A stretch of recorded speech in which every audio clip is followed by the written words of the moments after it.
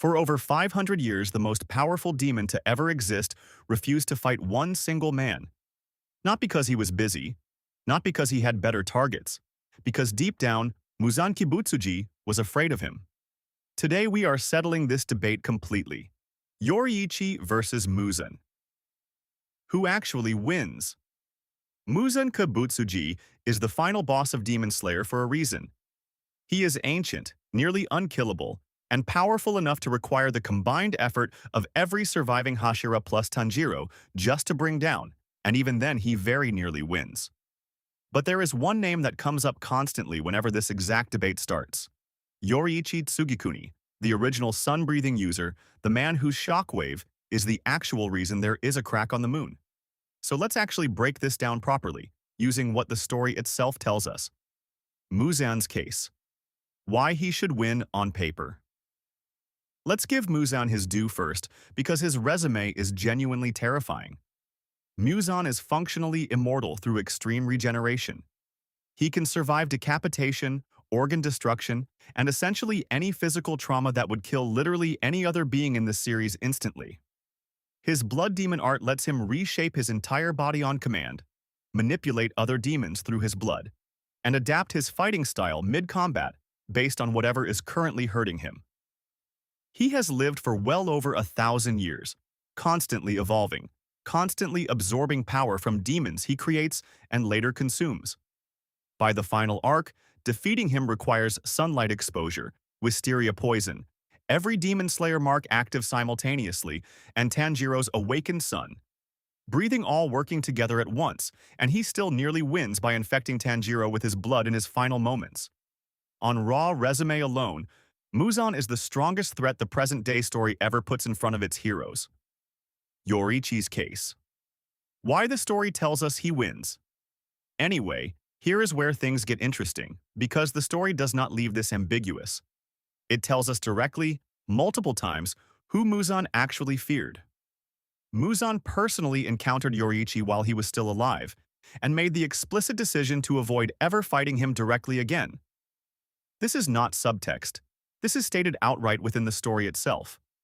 The single most dangerous, calculating being in the entire series, a creature who has shown zero hesitation challenging Hashira, Upper Moons, and entire Demon Slayer core operations, deliberately chose to never confront one specific human a second time. That alone tells you everything about the actual power gap here.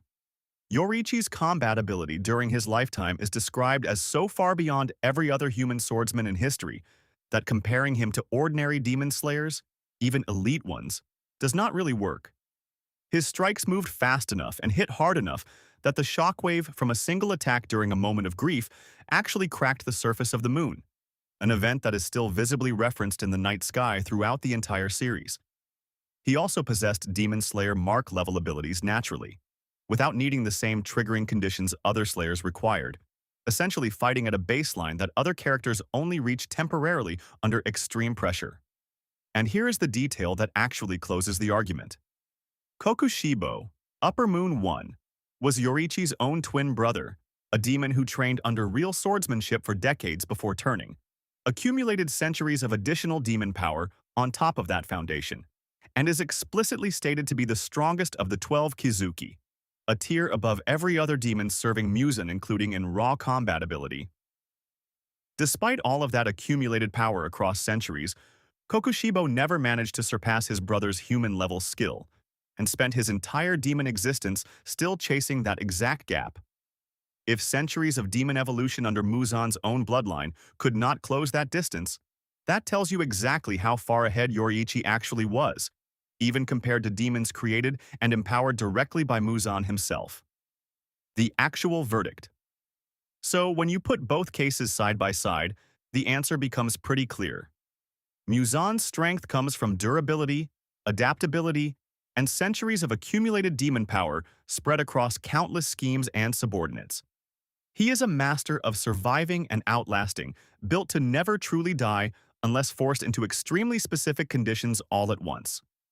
Yoriichi's strength is pure, overwhelming combat superiority, the kind so far beyond a normal human ceiling that even Muzan, a being who fears almost nothing in this story, treated him as the one fight not worth taking twice. Muzan's entire defeat in the present timeline requires an enormous coordinated effort from dozens of powerful slayers working together under perfect conditions. Yoriichi, by contrast, never needed a coalition. He operated, by every account given in the story, as a singular, overwhelming force that the strongest demon alive specifically avoided rather than risk a rematch. That is not a close call. That is the story directly telling its audience who the actual stronger fighter is, through Muzan's own fear rather than just numbers on a power chart. Muzan might be the more dangerous overall threat to humanity because of his immortality, his reach, and his ability to operate across centuries through countless subordinates. But in a direct one-on-one fight, the story leaves very little room for debate. Yoriichi wins, and Muzan himself is the one who tells us so. Do you agree? Or do you think Muzan's immortality changes the outcome no matter how strong Yoriichi actually was? Drop your take in the comments. Subscribe for more anime power breakdowns every day. I'll see you in the next one.